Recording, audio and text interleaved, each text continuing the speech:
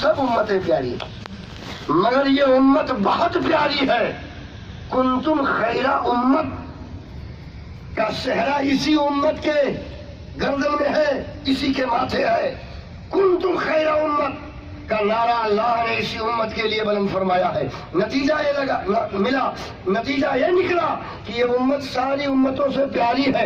اب پروردگار نے ابھی پہلے امتوں کو کبھی صفوت کا پھول دیا، سونگھ لو مست ہو جاؤ، نہ خدائی کا پھول دیا، سونگھ لو مست ہو جاؤ، تکلم کا پھول دیا مست ہو جاؤ، صبر کا پھول دیا سونگھ لو مست ہو جاؤ۔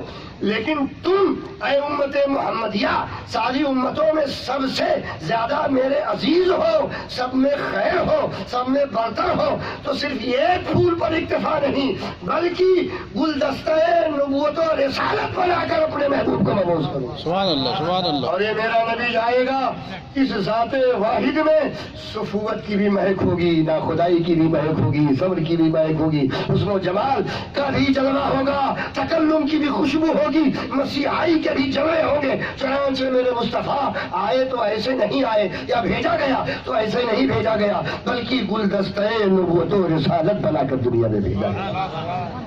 اب اے ضرورت مند، تیری ضرورت صفوت کی ہو سکتی تھی تو اب تجھے آدم علیہ السلام کی بارگاہ میں حاضری دینے کی ضرورت نہیں ہے، بارگاہ مصطفیٰ میں آ جا، ضرورت پوری ہو جائے گی۔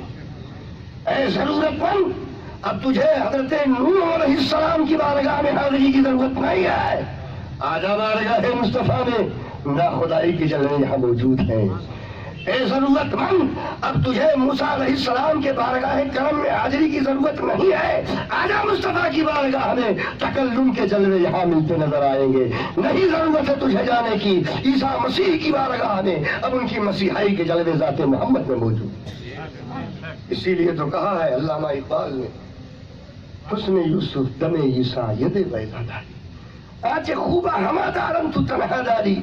جو سارے انبیاء و مرسلین الگ الگ طور پر جزوی طور پر کمالات رکھتے تھے، ان تمام تر کمالات کو اللہ نے ذات واحد میں جمع کر دیا ہے اور اس کا نام محمد رکھا ہے۔ اور مفسرین بول پڑے، محمد کہتے ہی ہے اسے الذی اجتمعت فیہ جمیع خصال المحمود، جس کے اندر تمام خصائل حمیدہ جمع کر دیا جائے، اس ذات کا نام محمد ہوتا ہے۔ محمد